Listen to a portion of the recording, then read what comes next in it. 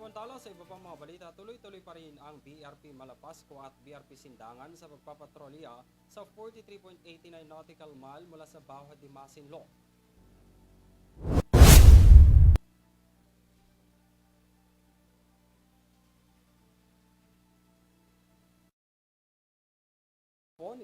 Ika-18 ng Hunyo, tiniyak ng mga Philippine Coast Guard personnel na maayos at ligtas ang operasyon ng mga mangingisdang pumalaot sa 43.7 nautical mile mula sa BDM.